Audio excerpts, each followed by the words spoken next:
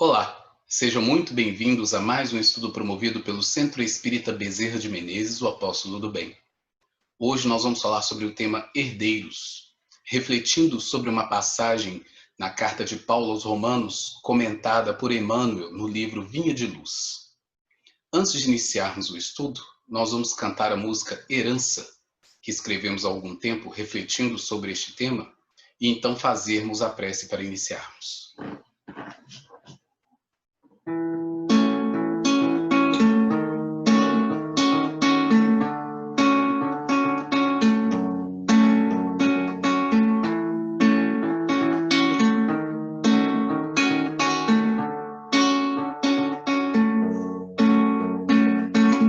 Filhos do eterno amor, pó de estrelas em pleno fulgor, herdeiros da mente maior, depositários de um mundo melhor.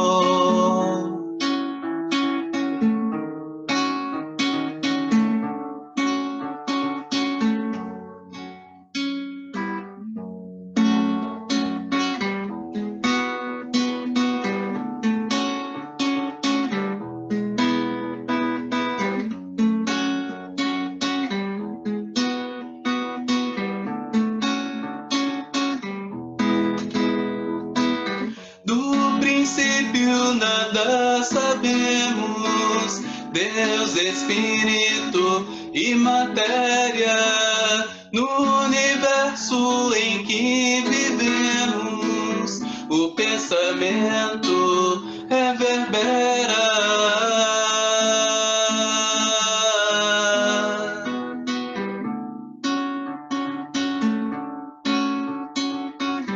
A herança nos foi confiada no dia da criação. Nossa tarefa não será adiada, cada um com seu rincão. Pródigos em nosso viver, através dos mundos aflorar. Mas o tempo nos faz aprender e a vida nos leva a amar.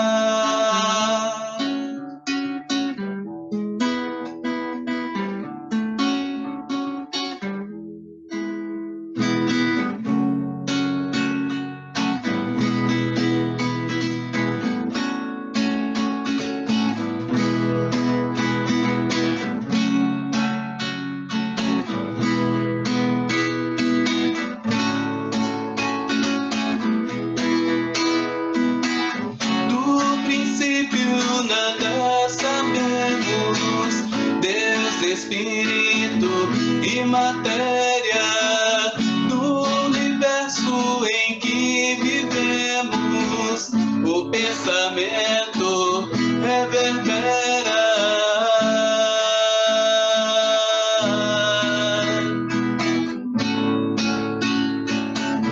Reverbera.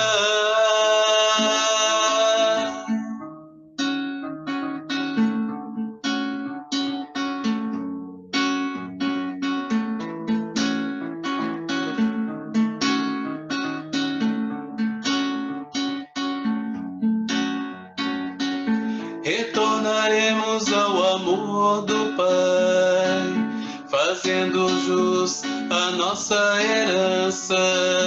É trabalho que não se esvai, amor, fé e esperança.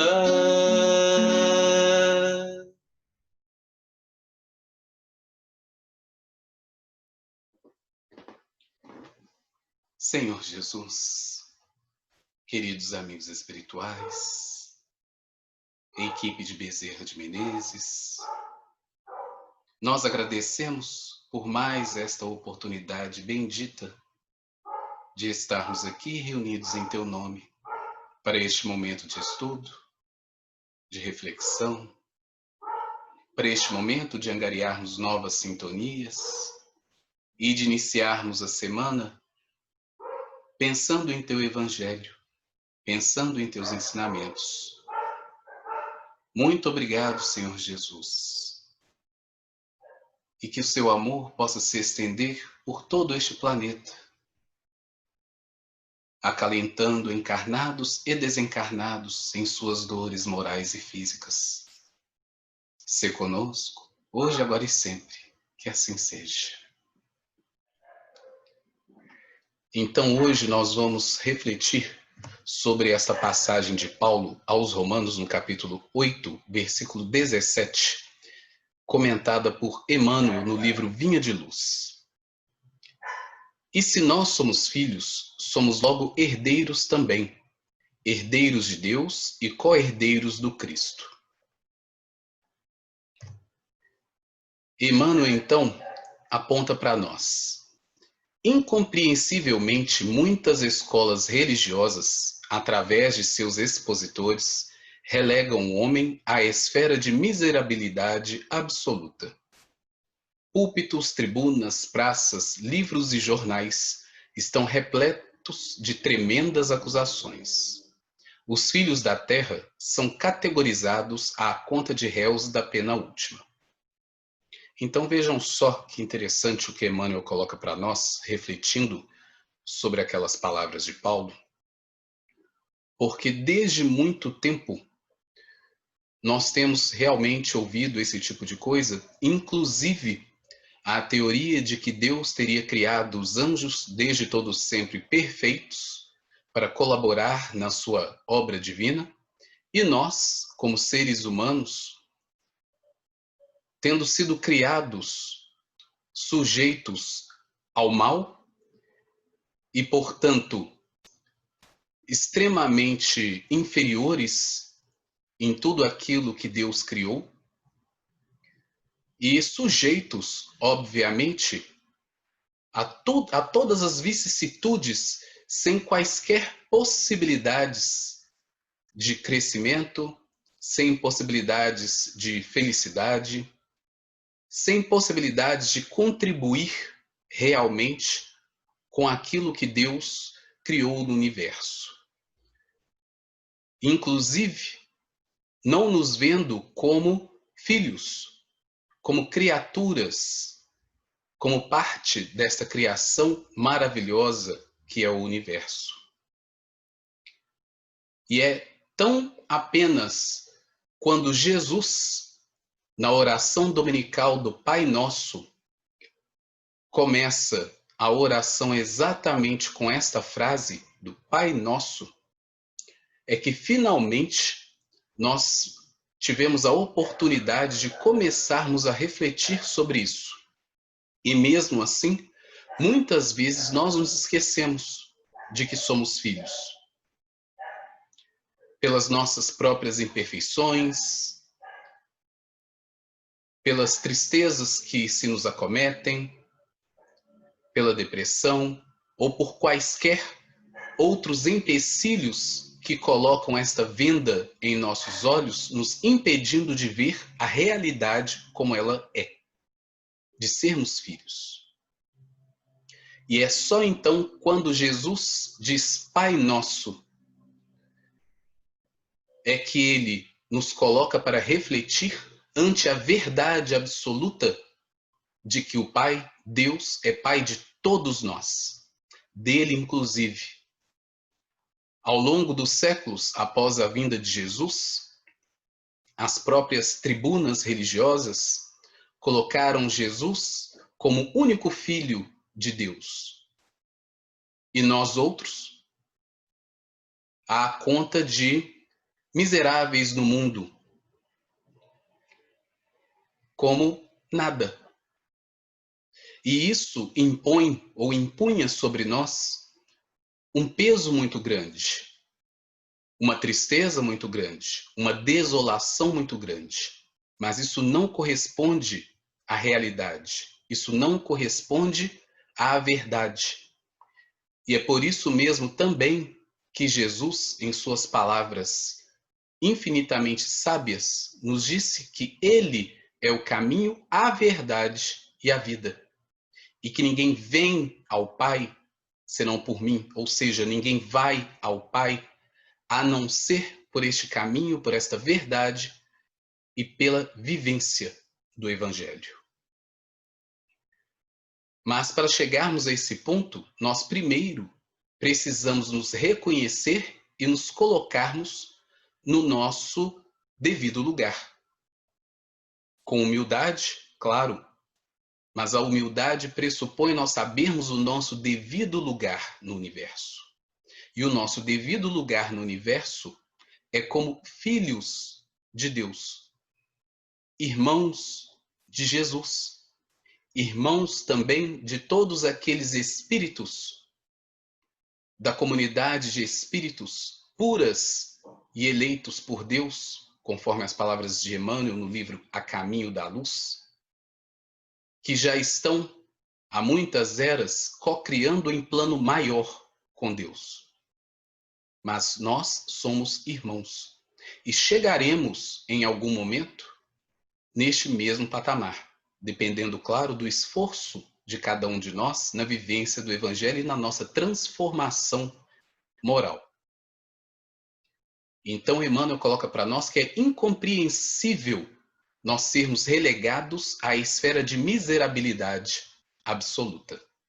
E ele continua refletindo que ninguém contesta que o homem, na condição de aluno em crescimento na sabedoria universal, tem errado em todos os tempos. Ninguém ignora que o crime ainda obceca, muitas vezes, o pensamento das criaturas terrestres. Entretanto, é indispensável restabelecer a verdade essencial. Se muitas almas permanecem caídas, Deus lhes renova diariamente a oportunidade de reerguimento. Então, olha só que coisa extremamente consoladora para nós. Nós vamos voltar aqui no início, que ninguém contesta que o homem, na condição de aluno em crescimento na sabedoria universal, tem errado em todos os tempos. E nós podemos ver isso na prática, no micro, quando nós pensamos nas nossas próprias escolas. Nós, quando fomos alunos, desde o primário, estavam lá os professores, nossos mestres, à nossa frente, já com um certo cabedal de saber e de conhecimento, transmitindo para nós essas informações para que nós formássemos daí novas ideias, entendimento, conhecimento. E nós, com alguma dificuldade ou não, repetindo às vezes as séries por não darmos conta de determinadas matérias, de determinadas disciplinas, mas fomos avançando. Não é assim que funciona? E se a Terra, enquanto planeta de expiação e provas, ou quaisquer outros mundos habitados pelo universo afora, enquanto moradas da casa do Pai, conforme Jesus nos disse, são escolas, são locais de aprendizado, de crescimento, de trabalho, seria diferente? E quantos de nós, que começamos desde o ensino primário, nos tornamos em algum momento, nós mesmos, professores? E isso significa exatamente esse esforço de crescimento, de aprendizado, de colocar estas teorias em prática. Se isso acontece no dia a dia comum, daquilo que é corriqueiro para nós, quão mais isto é verdade no plano superior das coisas, conforme a bondade e perfeição da criação divina.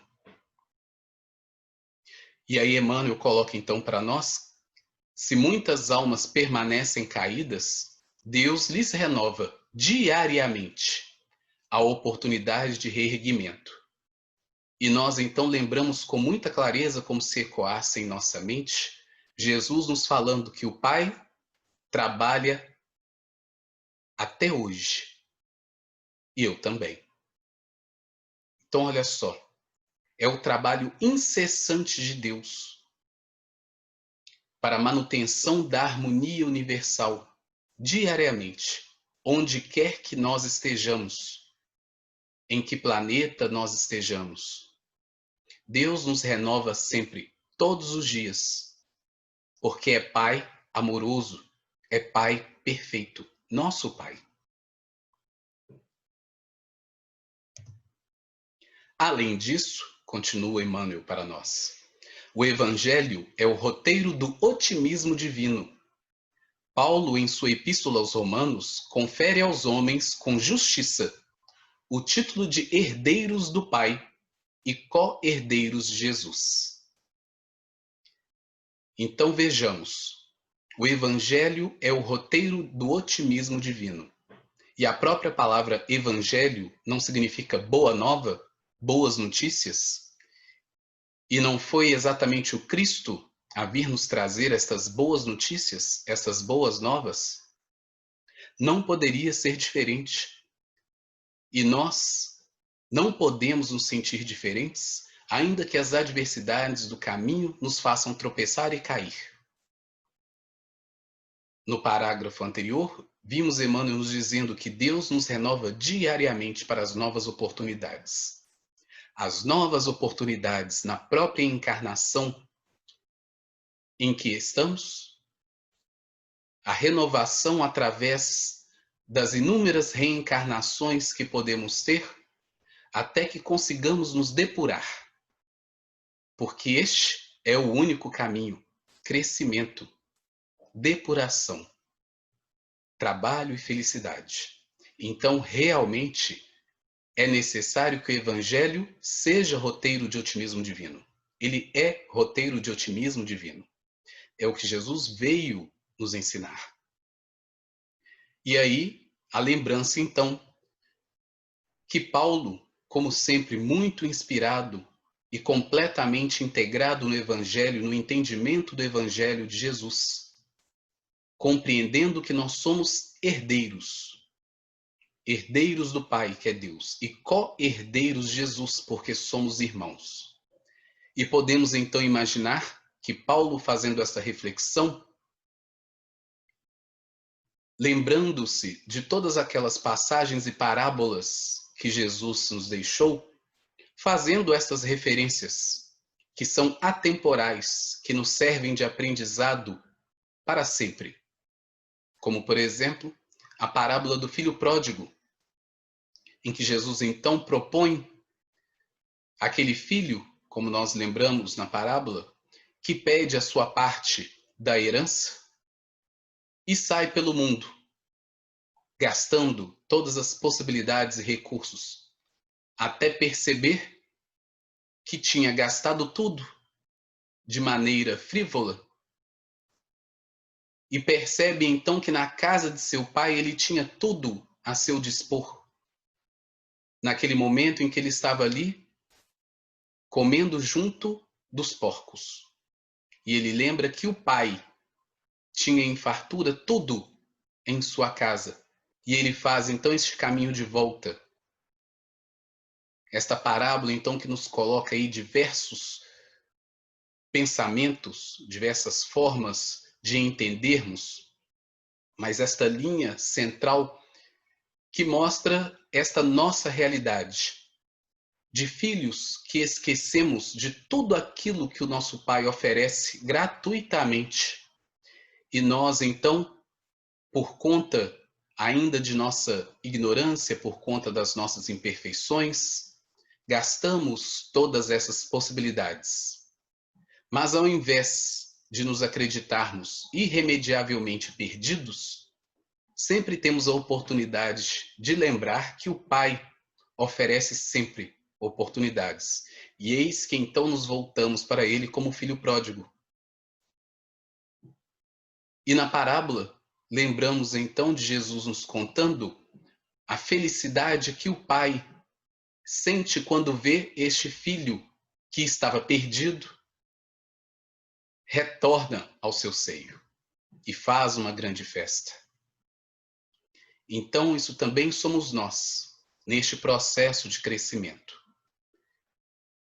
E as boas novas, o Evangelho está aí para nos mostrar que, como herdeiros do Pai e co-herdeiros de Jesus, nós temos à disposição todas as possibilidades que Deus nos oferece para este crescimento, para este aprendizado, para o trabalho, constante, até que possamos nos sintonizar perfeitamente com a lei e seguirmos conforme Jesus nos orientou que fizesse.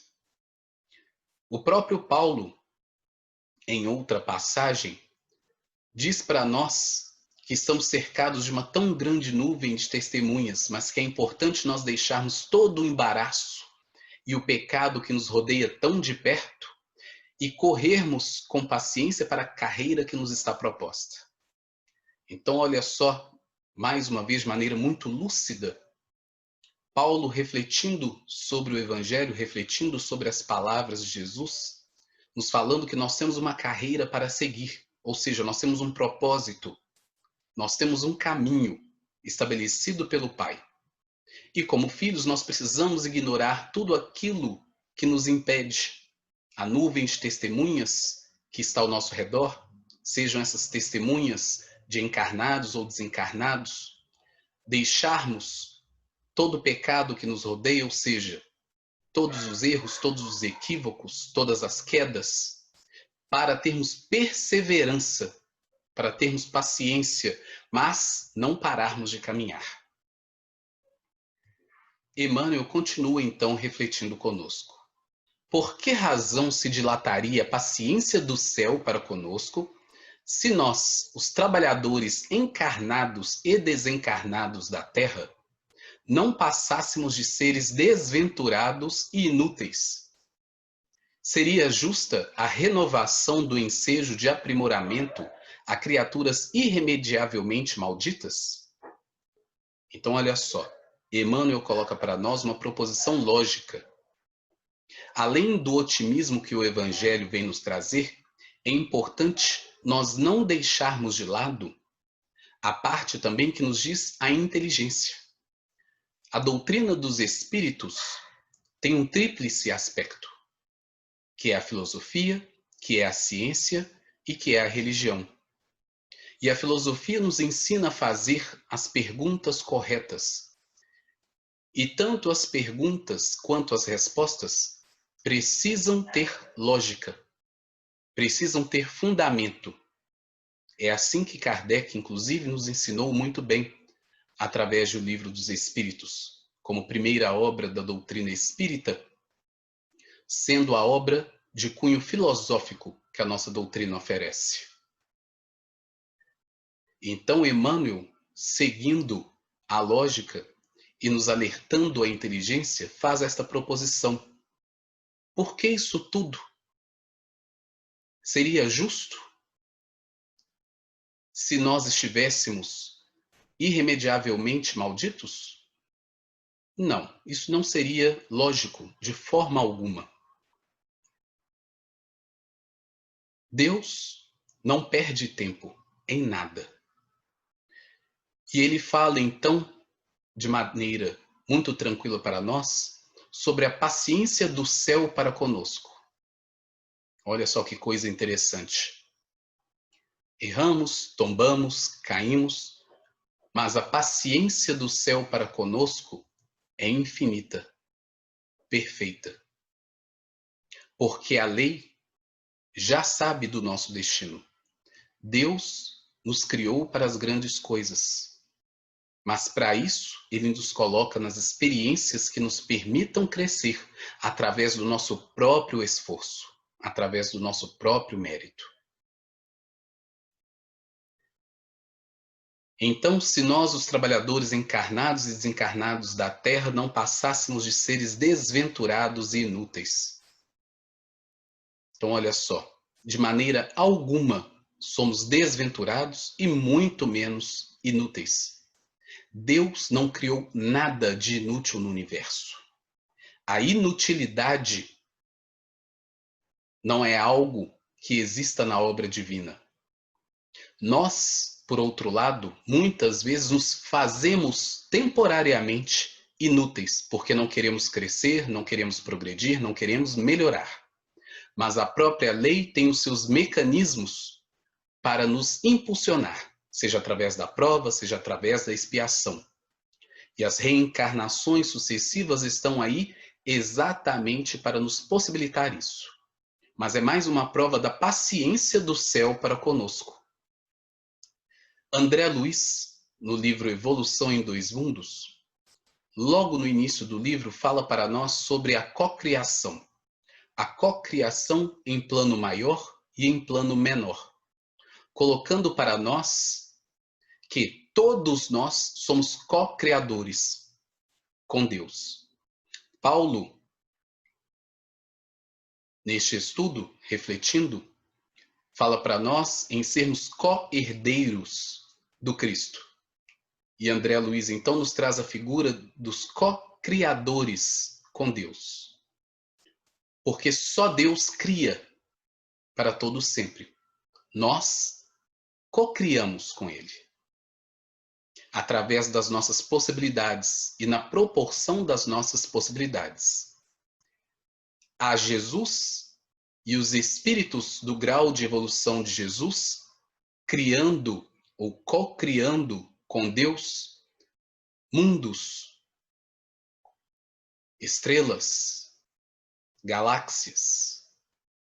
Nós, na nossa posição, ainda sendo filhos, ainda sendo herdeiros e ainda sendo co-herdeiros com Cristo, mas nunca perdendo a nossa posição de co-criadores em plano menor, neste caso, também estamos dando as nossas contribuições, porque é só assim que nós podemos finalmente, depois de sucessivas reencarnações nos depurando, termos a possibilidade de co-criar em plano menor, através da nossa elevação moral, mas também da nossa elevação intelectual, que nos permite compreender as leis do universo, tanto aquelas que regem o âmbito moral, quanto aquelas que regem o campo material, a ciência, para que nós possamos contribuir na obra divina, onde quer que sejamos colocados.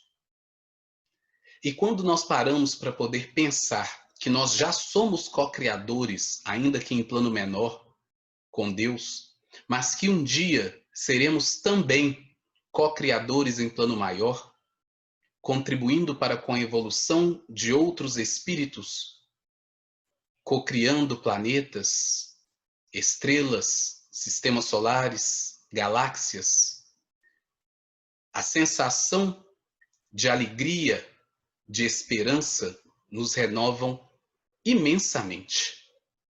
4,5 bilhões de anos atrás, já estava Jesus em sua elevação gigantesca, cocriando o planeta Terra. Ele que é o nosso governador espiritual e governador espiritual de outros orbes também. Mas estava ele com sua equipe cocriando o nosso planeta. Daqui a alguns bilhões de anos, seremos nós criando e sendo governadores de outros orbes, auxiliando outros espíritos como nós mesmos temos sido auxiliados pelo Cristo até o presente momento. Então é a lei de renovação. Tudo se renova no universo. E nós temos um papel fundamental nele, pois que Deus não prescinde dos nossos braços, da nossa ação, para a criação no universo. E Jesus já nos deu o exemplo. Lembrando que nós todos somos filhos, que nós todos somos irmãos no Pai Nosso, já estava ali Jesus nos lembrando desta nossa responsabilidade. É responsabilidade agora e é responsabilidade futura, como filhos que somos, para mantermos a harmonia no universo. Isso muda toda a nossa forma de pensar. Nós nos retiramos do pensamento de sermos miseráveis e inúteis e nos colocamos na posição de estudantes, galgando passos consecutivos até nós mesmos nos tornarmos mestres, e agirmos conforme a lei de Deus. Isso muda tudo, porque coloca em nossos corações forças renovadas, energias renovadas, esperança, confiança na lei divina, naquilo que Deus espera de cada um de nós. Então, com energias renovadas, nós só podemos, com muita alegria, pedirmos o amparo dos nossos amigos espirituais que já estão um pouco à nossa frente, que nos permitam a caminhada, que nos permitam o trabalho, que nos permitam as provas que fazem com que aprendamos, que nos depuremos. Mas Emmanuel continua a sua reflexão. É necessário fortalecer a fé sublime que elevamos ao alto, sem nos esquecermos de que o alto deposita santificada fé em nós, que a humanidade não menospreze a esperança. Então, olha só que interessante. Isso tudo nos desperta a fé. Nós termos a ciência, a consciência e a certeza de sermos filhos, herdeiros, co-criadores com Deus, em plano maior ou em plano menor, precisa acender em nós a fé sublime. Mas olha só que interessante outra coisa que talvez nós não pensemos com muita frequência. De que o alto deposita santificada fé em nós. Nós sempre falamos que precisamos ter fé em Deus, precisamos ter fé em sua lei, que é perfeita e magnânima. Mas, provavelmente, muitos de nós nunca pensam de que Deus tem fé em nós também. Ele sabe e acredita no nosso crescimento. De outra forma, não nos teria criado. Nos criou com este propósito. Então, todos os dias em que acordamos, acordamos com a fé do alto em nós, renovada para mais um dia. Então, pensemos nisso, para que possamos acordar todos os dias com mais disposição, com mais vontade de sermos úteis, de sermos melhores. Que a humanidade, ou seja, nós todos, onde quer que estejamos no universo, pois que somos todos a humanidade, não menospreze a esperança. Olha que coisa bonita. Nós não podemos menosprezar a esperança. É ela que nos dá forças para continuarmos a caminhada. Não somos fantasmas de penas eternas, e sim herdeiros da glória celestial, não obstante nossas antigas imperfeições. O imperativo de felicidade, porém, exige que nos eduquemos convenientemente, habilitando-nos à posse imorredoura da herança divina. Então, olha só essa reflexão de Emmanuel. Não somos fantasmas de penas eternas. Nos relembra então que somos herdeiros da glória celestial, ainda que, obviamente, sejamos imperfeitos. Mas como imperfeição é algo que existe em função do tempo, ou seja, com o tempo vamos nos livrando dessas imperfeições e vamos nos aprimorando intelectual e moralmente, nós vamos, então, através da educação de nós mesmos, de maneira conveniente, como ele coloca, sendo cada vez mais hábeis na posse da herança divina. Ou seja, de compreendermos o que é de fato sermos herdeiros de Deus. O tipo de tesouro que isto é para nós, para que nós possamos utilizar para o bem de todos. Herança devidamente bem trabalhada, conforme Jesus veio nos ensinar através do exemplo. Em todos os anos de sua existência, e especialmente os 3 anos de pregação junto a nós, exemplificando o que é ser um legítimo filho de Deus, dono pleno e absoluto de manusear os tesouros divinos em benefício de todos. E eis aí a diferença. Nós somos herdeiros, sim. Mas ainda neste nosso processo de crescimento, sem conhecermos e vivenciarmos plenamente o Evangelho, não temos posse plena dessa herança. Não sabemos como usar plenamente, até que nos eduquemos convenientemente, conforme diz Emmanuel, ao uso deste tesouro. E por isso Jesus nos deu o exemplo. Nós vamos seguindo, ainda de maneira imperfeita por enquanto, tentando fazer conforme o nosso entendimento, que dia a dia vai se aclarando. Os véus vão sendo retirados.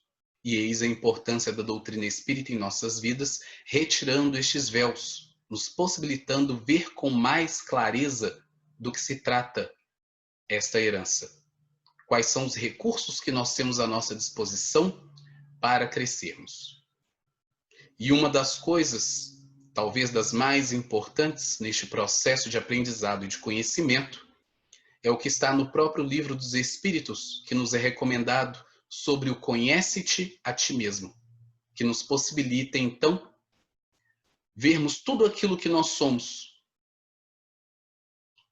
usarmos as ferramentas que o Evangelho nos propõe, para então fazermos as devidas modificações naquilo que ainda não está em conformidade, não está em sintonia com as leis divinas, para utilizarmos então esses recursos da herança que já nos está proposta. Olvidemos o desperdício da energia, os caprichos da infância espiritual e cresçamos para ser com o Pai os tutores de nós mesmos. Então aqui Emmanuel termina a sua reflexão dizendo para nós deixarmos o desperdício de energia. Como disse em outra passagem que citamos anteriormente, de Paulo falando sobre a nuvem de testemunhas e de corrermos com paciência a carreira que nos está proposta. É exatamente sobre isso, não gastarmos energias inúteis, para que nós possamos caminhar com paciência, mas sem parar, essa carreira que nos está proposta. Deixarmos os caprichos da infância espiritual, que nós possamos buscar crescimento espiritual, crescimento moral, crescimento intelectual, para então sermos com o Pai os tutores de nós mesmos.